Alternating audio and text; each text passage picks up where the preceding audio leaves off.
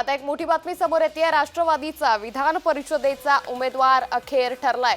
त्यामुळे राष्ट्रवादीकडून आता उमेदवाराचं नाव जाहीर करण्यात आलंय। संजय खोडके यांना राष्ट्रवादीकडून उमेदवारी ही जाहीर करण्यात आलेली आहे। त्यामुळे राष्ट्रवादीचा आता विधान परिषदेचा उमेदवार कोण होणार याची उत्सुकता शिगेला पोहोचली होती। आज विधान परिषदेच्या पोटनिवडणुकीसाठी अर्ज भरण्याचा शेवटचा दिवस आणि या पार्श्वभूमीवर सकाळपासूनच राष्ट्रवादीमध्ये खलबत सुरू झाली होती। विधान परिषदेचा उमेदवार हा ठरत नव्हता, मात्र आता अखेर सुनील तटकरे यांच्या अध्यक्षतेखाली बैठक संपल्यानंतर आता राष्ट्रवादीकडून संजय खोडके यांना उमेदवारी ही जाहीर करण्यात आली आहे। त्यामुळे मोठी बातमी समोर येते। या संदर्भात अधिक माहिती घेऊयात आमचे प्रतिनिधी चेतन किर्दत यांच्याकडून। चेतन, राष्ट्रवादीचा विधान परिषदेचा उमेदवार ठरलाय, संजय खोडके यांना उमेदवारी जाहीर झाली आहे, काय अधिक अपडेट?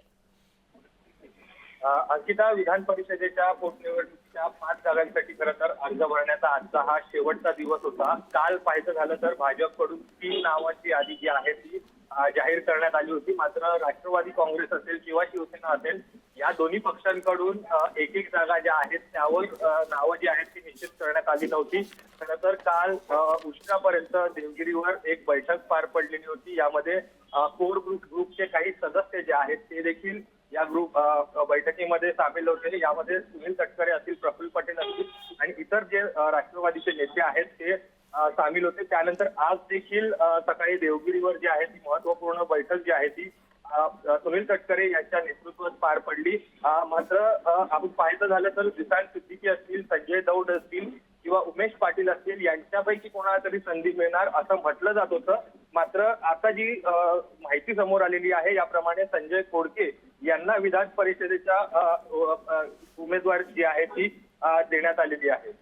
निश्चित चेतन, जसं आपण पाहिलं की आता संजय खोडके यांना उमेदवारी जाहीर करण्यात आली आहे, मात्र जसं आपणही उल्लेख केला की जिशान सिद्दीकींचं नाव सातत्यानं चर्चेत होतं, मात्र कुठेतरी आता विधानसभा निवडणुकीच्या पराभवाचा फटका आता पुन्हा एकदा जिशान सिद्दीकींना या उमेदवारीच्या माध्यमातून बसल्याचं समजतंय।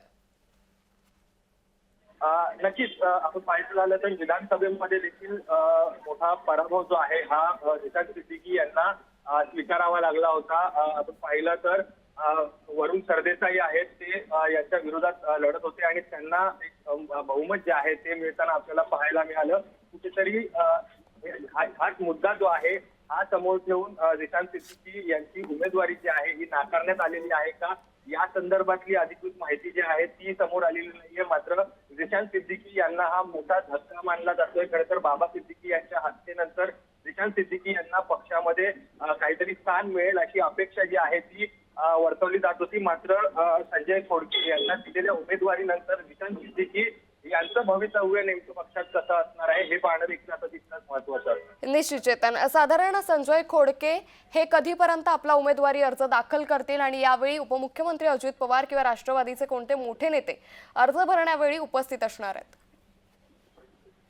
काल एका माध्यमाला प्रतिक्रिया देताना सुनील तटकरे यांनी या संदर्भातली माहिती जी आहे ती दिली होती। सकाळी 11 वाजता या संदर्भातलं अधिकृत उमेदवाराचं नाव जे आहे ते जाहीर करणार असल्याचं यावेळी सुनील तटकरे यांनी म्हटलं होतं। तर 12 वाजता उमेदवारी अर्ज जो आहे तो दाखल करण्यात येणार आहे आणि त्यासोबत यावेळेला म्हणताना राष्ट्रवादी काँग्रेसचे प्रदेशाध्यक्ष सुनील तटकरे यांनी असं म्हटलं होतं की राष्ट्रवादी काँग्रेसचे प्रदेशाध्यक्ष म्हणून मी अर्ज भरताना उपस्थित राहणार आहे आणि त्याचसोबत अधिकृत उमेदवार जो आहे याची घोषणा देखील मी उद्या 11 वाजता करणार आहे। आणि त्याचप्रमाणे आता अधिकृत उमेदवाराचं नाव जे आहे ते समोर येताना आपल्याला पाहायला मिळतंय।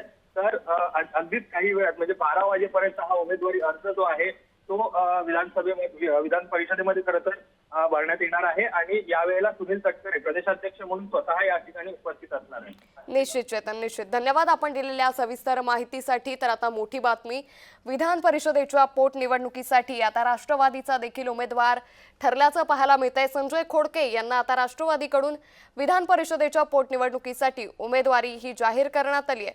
तर कुठेतरी जिशान सिद्दीकी त्याचबरोबर उमेश पाटील यांच्या नावाची चर्चा असताना यांना डावलून आता संजय खोडके यांना राष्ट्रवादीकडून विधान परिषदेच्या निवडणुकीसाठी आता उमेदवारी देण्यात आल्याची अधिकृत घोषणा ही करण्यात आली आहे। त्यामुळे अगदी काही वेळातच आता शिवसेना आणि त्याचबरोबर राष्ट्रवादीच्या उमेदवारांकडून आपला उमेदवारी अर्ज हा भरला जाईल।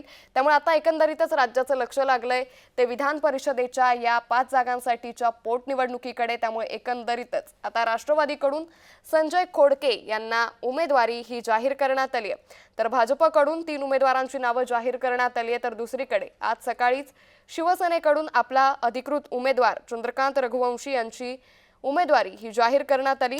त्यानंतर सगळ्यांचं लक्ष लागलं होतं ते राष्ट्रवादीच्या उमेदवाराकडे, कारण राष्ट्रवादीमध्ये उमेदवाराच्या नावावरून एकमत होत नव्हतं। मात्र आता सकाळी बैठक पार पडली राष्ट्रवादीची। सुनील तटकरे यांच्या अध्यक्षतेखाली ही बैठक झाली आणि त्यानंतर आता राष्ट्रवादीकडून संजय खोडके यांच्या नावावरती शिक्कामोर्तब करण्यात आलाय। त्यामुळे संजय खोडके यांना राष्ट्रवादीकडून विधान परिषदेच्या पोटनिवडणुकीसाठी उमेदवारी देण्यात आली आहे।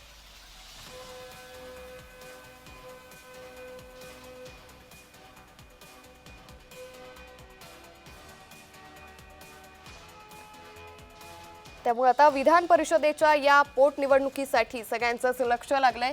तर परिषदेतील आमदारांचं विधानसभेत जिंकल्यामुळे विधान परिषदेतल्या 5 जागा या रिक्त झाल्या होत्या। 5 जागेवरती त्या 5 आमदारांनी राजीनामा दिला होता आणि त्यासाठी आता विधान परिषदेच्या या 5 जागांसाठी निवडणुका पार पडणार आहेत।